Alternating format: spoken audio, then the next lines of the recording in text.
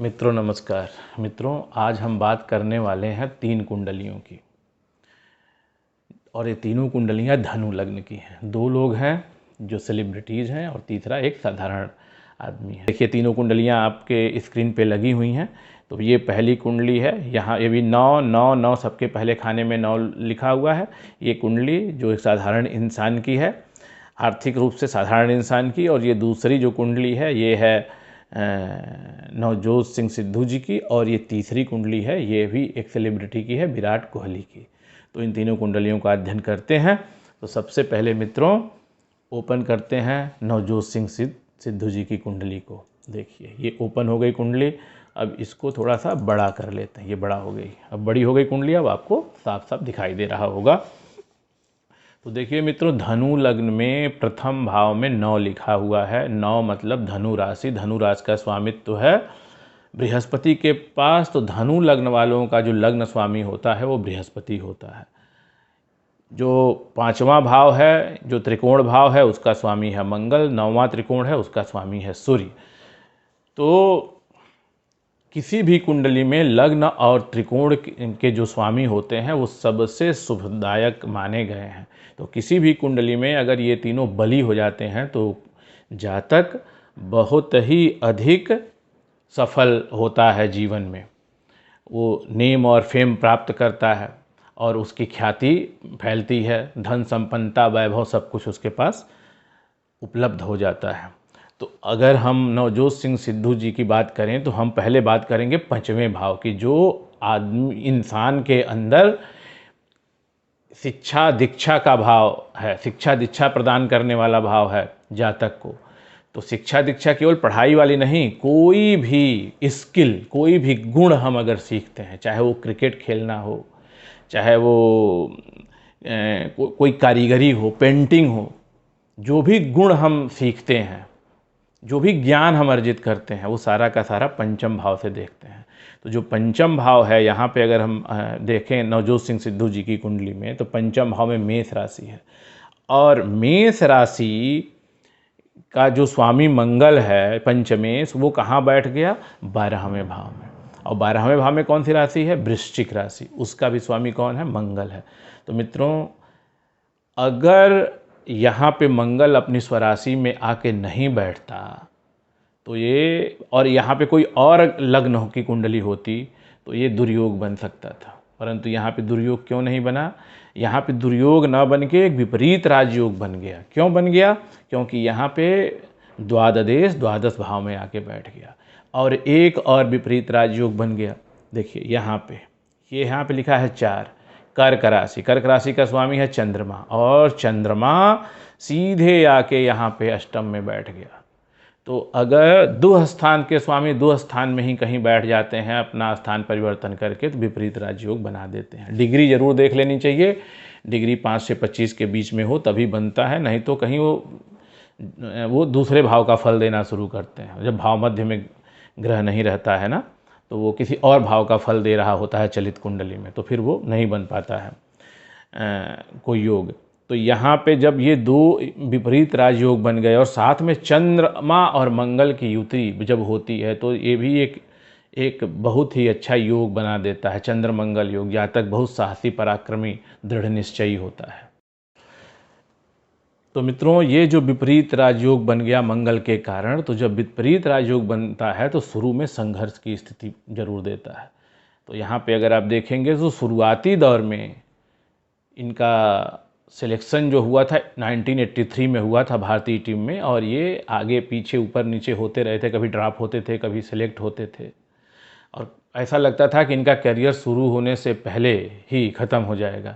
एक कोई famous magazine है जिसने इनको स्ट्रोकलेस वंडर कहा था। इनके स्ट्रोक ही नहीं लगते थे। ऐसे लगता था कि ये इनके पास शॉट्स ही नहीं है। क्रीज पे टिके रहते थे पर चौके छक्के कुछ मार ही नहीं पाते थे। तो उसके बाद फिर इन्होंने 87 में वापसी करी और उसके बाद इन्होंने अपना स्थान पक्का किया टीम में, और काफ़ी अच्छा, काफ़ी दिनों तक ये 8-9 साल तक टीम में परमानेंट मेंबर के रूप में बने रहे थे भारतीय टीम में। तो ये जो संभव हुआ ये मंगल के कारण हुआ, मंगल के बली होने के कारण हुआ। और मित्रों किसी भी कुंडली में जो लग्नेश होता है ना, तो लग्नेश होता है कुंडली का इंजन। कुंडली कितनी भी योग कारक है, अगर लग्नेश खराब जगह पे जाके बैठ गया, दुस्थान में बैठ गया, या कुछ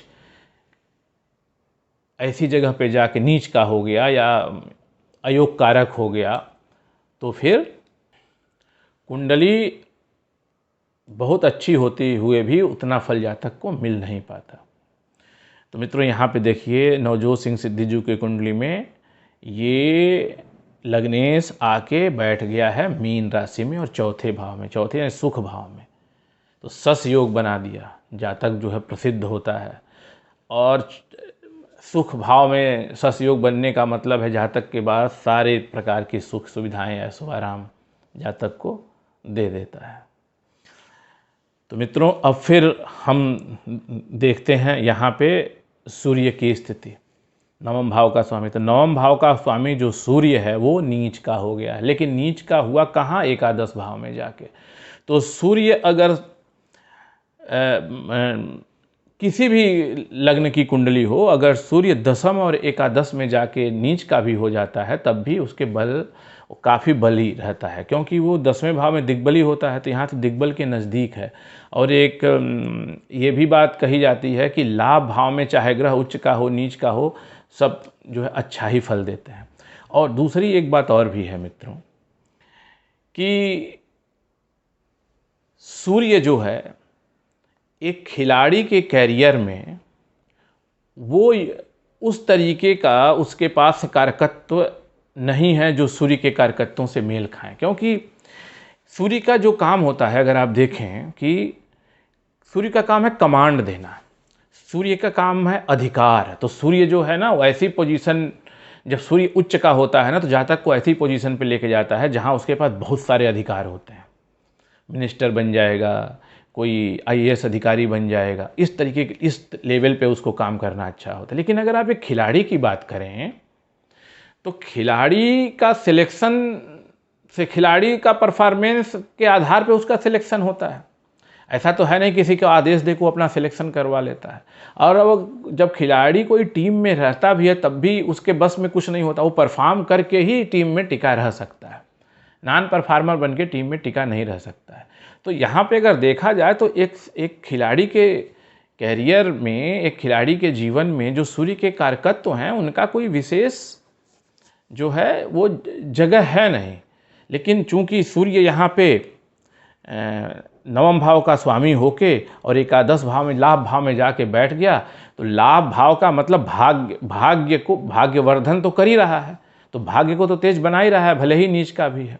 तो विराट की कोहली में भी सेम परिस्थिति है। विराट की अभी हम अध्ययन करेंगे तो वहाँ भी आप देखेंगे कि सूर्य जो है वो तुला राशि में ही जाके बैठ गया है। इसके अलावा मित्रों अगर आप देखिए तो इनकी कुंडली में जो विशेष बात है वो है बुध के कारण। बुध कन्या राशि का बुध है और बुध दशम भाव का स्वामी है, कर्म का स्वामी है, कैरियर का स्वामी है। और कहाँ बैठ गया है? उच्च का होकर दशम भाव में ही बैठा हुआ है। तो जो बुध है ना वो संप्रेषण कला यानी कि कम्युनिकेशन स्किल का कारक है, वह बुद्धि का कारक है। तो वह जातक की बुद्धि को तो बहुत तीक्ष्ण बनाता ही बनाता है, साथ में उसको बहुत ही अच्छा कम्युनिकेटर बनाता है। तो इसीलिए आप देखेंगे कि नवजोत सिंह सिद्धू जब क्रिकेट से रिटायर हुए तो जितना क्रिकेट में नहीं सफल हुए थे उससे कहीं अधिक सफल हो गए कमेंट्री करने में। और जो लाफ्टर शोज़ वगैरह डिफरेंट शोज करते थे वहाँ पे इनकी प्रसिद्धि ज़्यादा हो गई कमेंटेटर के रूप में और इन एंकर के रूप में। और ये जो ये काम करते थे जाके जज वगैरह बनते थे, इनको इस रूप में क्रिकेटर से अधिक याद किया जाएगा। तो ये है बुध के कारण। और मित्रों इसके बाद ये नेता भी बने, यानी कि बहुमुखी प्रतिभा के धनी निकले। तो इसका कारण क्या है? इनको नेता बनाया किसने? शनि ने। आप देखिए शनि स्वराशि में मकर राशि में बैठ गया। अगर कोई और लग्न की कुंडली होती तो द्वितीय भाव में शनि अच्छा फल नहीं करता, लेकिन धनु लग्न की कुंडली है तो सूर्य मकर राशि में जब पहुंचा तो ऐसा द्वितीय भाव में बैठ के जातक को साहसी बनाता है, फेमस बनाता है। तो राजनीति की तरफ भी शनि इनको ले गया। वैसे और भी बहुत सारे ग्रह हैं जो इनको राजनीति की तरफ ले गए, जिसमें अच्छा कम राजनीति तो बहुत ही सारे गुणों को समाहित करके चलने वाली एक विधा है, तो जिसमें आदमी को एक करेजियस भी होना चाहिए, बहुत अच्छा कम्युनिकेटर भी होना चाहिए, और अगर उसमें ज्ञान भी हो जो गुरु के कारण है तो और भी अच्छा है। तो ये तीनों चीज़ें इनके अंदर थीं, तो इनका इस तरीके से ये जीवन में आगे बढ़े।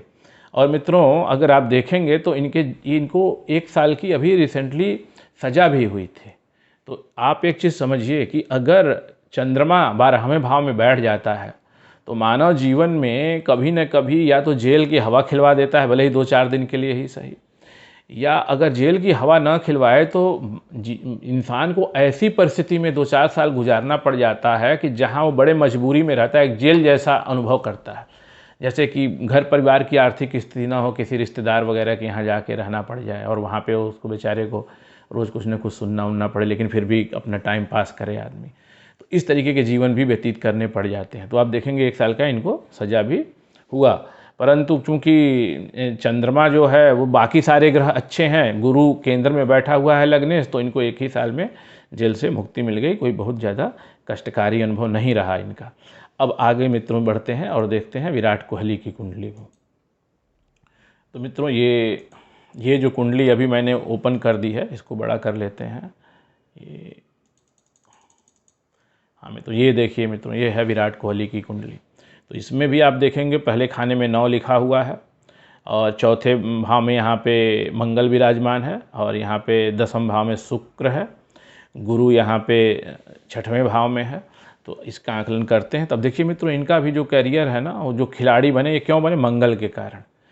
एक रूल है कि अगर केंद्र या त्रिकोण के स्वामी केंद्र या त्रिकोण में ही कहीं बैठ जाते हैं तो बड़े बली हो जाते हैं। तो यहाँ पे देखिए, ये मंगल जो है ये त्रिकोण का स्वामी होके, पंचम भाव का स्वामी होके, जो मैंने पहले बताया था कि ज्ञान जो स्किल है, तो मंगल के कारण जो स्किल है वो एथलीट वाली स्किल है। तो सेम रूल जो पहले सिद्धू वाले में था वो यहाँ भी अप्लाई हो गया कि मंगल अगर यहाँ पे केंद्र में हो गया, किस मीन राशि में, मित्र के राशि में जाके बैठ गया, तो बहुत और मित्र कौन? जो लग्नेश भी है, बृहस्पति, तो फिर बहुत ही बली हो गया।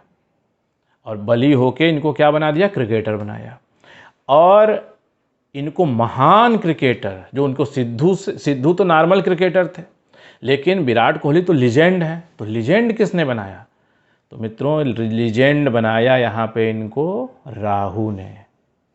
क्योंकि राहु जब तृतीय भाव में बैठ जाता है, 3, 6, 11 राहु के प्रिय भाव होते हैं।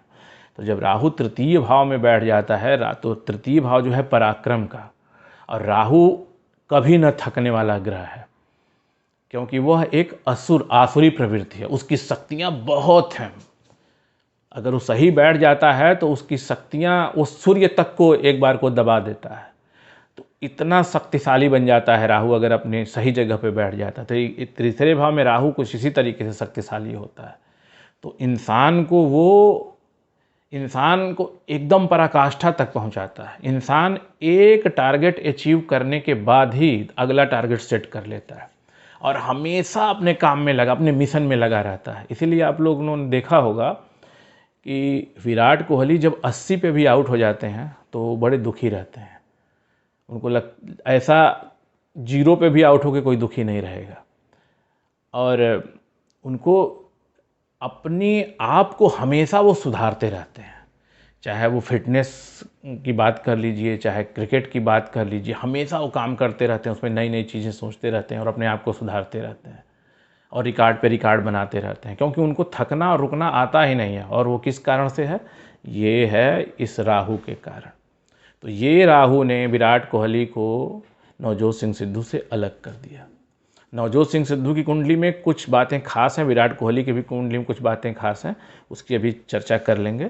पहले इनकी कुंडली को पूरा देख लेते हैं। अब मित्रों देखिए, लग्नेश, तो इनका जो लग्नेश है गुरु, वो कहाँ बैठ के आ गया? 6th हाउस में। 6th हाउस मतलब जो प्रतिद्वंदी या जिनसे आप compete करते हो डेली लाइफ में, वो भाव है, जहाँ जिनसे आप कंपटीशन करते हो। तो जब लग्नेश स्वयं यहाँ पे आके बैठ जाएगा तो कंपटीशन में कोई भी आपके सामने टिक नहीं सकता, और वो भी लग्नेश कैसा? गुरु जैसा प्रभावशाली। तो यहाँ पे कोई भी आपके सामने कंपटीशन में टिक नहीं कर सकता। आप अपना बार इतना रेज कर लेंगे, अपने आपको आप इतना ऊपर उठा लेंगे कि सामने वाला प्रतिद्वंदी आपके सामने टिक ही नहीं पाएगा। तो इस प्रकार आप लोगों ने देखा ही है मित्रों कि विराट कोहली ने किस तरीके से टीम में अपनी जगह बनाई और लगातार अभी तक वो उसी फिटनेस और उसी परफॉर्मेंस के साथ टिके हुए हैं। और मित्रों, अगर गुरु यहाँ पे बैठ के और पंचम दृष्टि से इस कर्म भाव को या दसम भाव को नहीं देखता तो एक कुंडली अयोग कारक भी हो सकती थी। सब कुछ होने के बावजूद भी कैरियर का भाव जब खराब हो जाता, दसम भाव जो है वो कुंडली की धुरी होती है। तो ये दसम भाव खराब हो जाने की वजह से जातक का सारा काम खराब हो सकता था। परंतु गुरु ने यहाँ पे पूर्ण दृष्टि डाल दी और पूर्ण दृष्टि डाल के इतना अच्छा काम किया, क्योंकि देखिए यहाँ पे जो अष्टम भाव का स्वामी है चंद्रमा, अष्टमेश दसम भाव में बैठ के कार्यकर्ताओं की हानि कर रहा है। लेकिन जब यहाँ पे गुरु की पूर्ण दृष्टि, पंचम दृष्टि पड़ती है और साथ में एक दूसरा शुभ ग्रह वहाँ पे विराजमान है, तो दो शुभ ग्रहों की जब एक साथ, एक की तो युति हो गई है चंद्रमा से और दूसरे की जब दृष्टि पड़ गई है, तो शुभता का प्रभाव इतना बढ़ गया कि अष्टमेश का भी प्रभाव लगभग समाप्त हो गया है। तो मित्रों, इस तरीके से ये सारे चीज़ें कंबाइंड रूप से मिलके इस जातक को इतना महान क्रिकेटर बनाया। और दूसरा आप यहाँ भी देखते हैं कि कोई भी ग्रह दोनों कुंडली में, नवजोत सिंह सिद्धू के भी कुंडली में और विराट कोहली के भी कुंडली में सूर्य से अस्त नहीं है। विराट कोहली की कुंडली में प्लूटो जो है वो सूर्य से अस्त हो गया है, तो प्लूटो को हम वैदिक एस्ट्रोलॉजी में कंसीडर नहीं करते, वो पाश्चात्य ज्योतिषी लोग उसका देखते हैं। तो मित्रों, यहाँ पे देखिए पंचम भाव का जो स्वामी, लाभ भाव का जो स्वामी है सूर्य, वो एकादश भाव में बैठा हुआ है। तो नीच का होने के बाद भी वो अपने कार्यकर्ताओं की उतनी हानि नहीं करेगा, क्योंकि वो लाभ भाव में बैठा हुआ है। और एक चीज़ आप और देखेंगे कि इस कुंडली में बुध जो दसम भाव का स्वामी है वो जाके लाभ भाव में बैठ गया। ये भी बड़ी शुभ स्थिति है मित्रों। और साथ में एक और चीज़ है, आप देखेंगे कि लाभ का भाव का स्वामी जो है कर्म में बैठ गया है, कर्म का भाव का स्वामी लाभ में बैठ गया। राशि परिवर्तन, बुध और शुक्र ने राशि परिवर्तन भी कर लिया है, तो ये भी एक बड़ी ही अच्छी स्थिति है। तो इस कारण से जातक का कैरियर जो है इतना बुलंदी पे पहुंचा है। तो मित्रों, जो मैंने चर्चा की थी कि कुछ खास बातें विराट की भी कुंडली में है, कुछ खास बातें नवजोत सिंह सिद्धू के भी कुंडली में। नवजोत सिंह सिद्धू की कुंडली में जो सबसे अधिक खास बात है वो ये है कि बुध का कन्या राशि में उच्च का होके बैठ जाना, जो उनके बहुमुखी प्रतिभा का धनी बना देता है। लेकिन विराट की कोहली में ऐसा कुछ नहीं है। तो विराट रिटायरमेंट के बाद बहुत अच्छे साथ कमेंटेटर ना बन पाए, पॉलिटिशियन ना बन पाए, ये क्या, लेकिन बिजनेसमैन बन सकते हैं, क्योंकि लाभ भाव का स्वामी जाके बैठा हुआ है कहाँ पे, कर्म का स्वामी, कैरियर का स्वामी जाके लाभ में बुध बैठा हुआ है। तो ये उस डायरेक्शन में जा सकते हैं। और मित्रों, यहाँ पे अगर आप देखेंगे कि जो दूसरी खास बात, इनका राहु जाके बैठ जाना तृतीय भाव में, तो ये भी बड़ी अच्छी स्थिति हो गई है इनके साथ। नवजोत सिंह सिद्धू की कुंडली में राहु केतु केंद्र में है, जो कि एक अच्छी स्थिति नहीं है। तो मित्रों, अब हम आ जाते हैं तीसरी कुंडली पे, जो एक आर्थिक दृष्टि से कहें तो साधारण इंसान की कुंडली है। मैं बार बार इस वर्ड इसलिए यूज कर रहा हूँ क्योंकि इस संसार में इंसान को नापने का भले ही दुनिया का तरीका ये हो कि भौतिक रूप से कोई कितना सुखी और संपन्न है, लेकिन भगवान का तरीका वो नहीं है। तो भगवान जब हमें नापता है तो उसका पैरामीटर जो है वो आध्यात्मिक अवस्था ही होता है, कि आदमी ने आध्यात्मिक अवस्था में कितनी उन्नति कर रखी है। तो बार बार मैं इस चीज़ को याद दिलाते हुए चल रहा हूँ। वैसे तो इसलिए कि कोई भी अपने आप को साधारण ना समझे।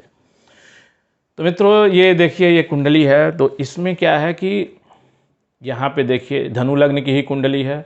तो जातक के बारे में पहले मैं बता दूं कि जातक जो है वो लोअर मिडिल क्लास जीवन व्यतीत कर रहा है। तो जातक के पास जो एक लोअर मिडिल क्लास परिवार में होता है कि मकान अपना, छोटी गाड़ी, परिवार, बच्चे, और जो सामान्य सुख सुविधा के सामान होते हैं घर में, वो सारी चीज़ें हैं। और जातक के पास अपने अपने मतलब जो इसने मेहनत से अर्जित किया है वो वही है।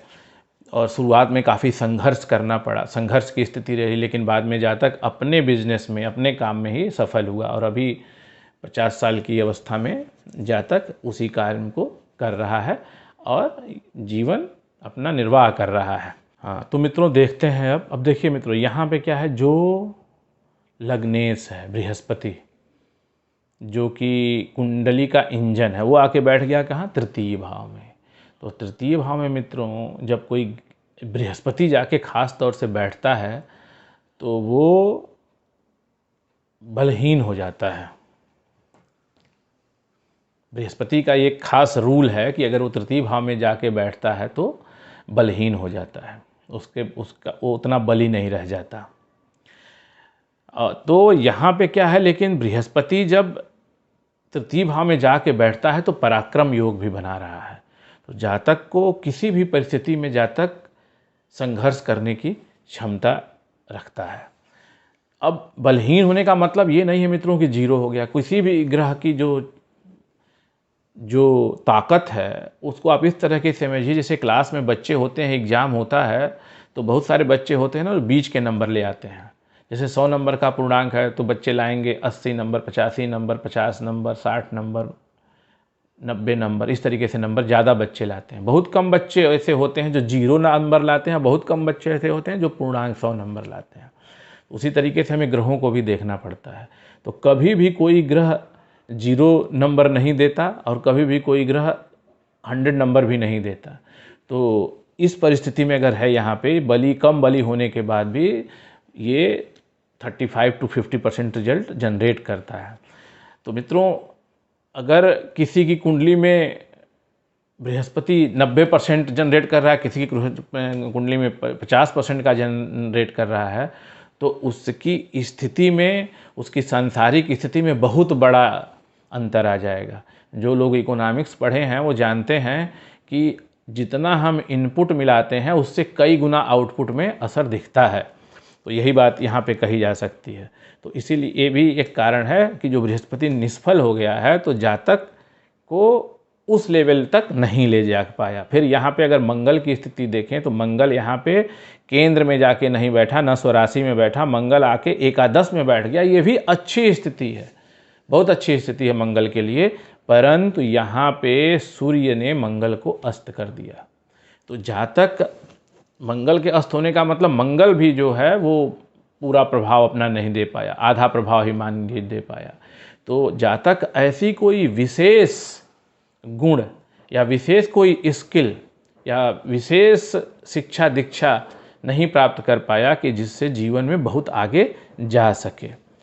और मित्रों यहाँ पे देखेंगे कि सूर्य भी नीच राशि का है, और लेकिन ये सूर्य भी जो जाके बैठा हुआ है, कहाँ बैठा हुआ है, जाके एकादश भाव में, जो कि एक अच्छी स्थिति है।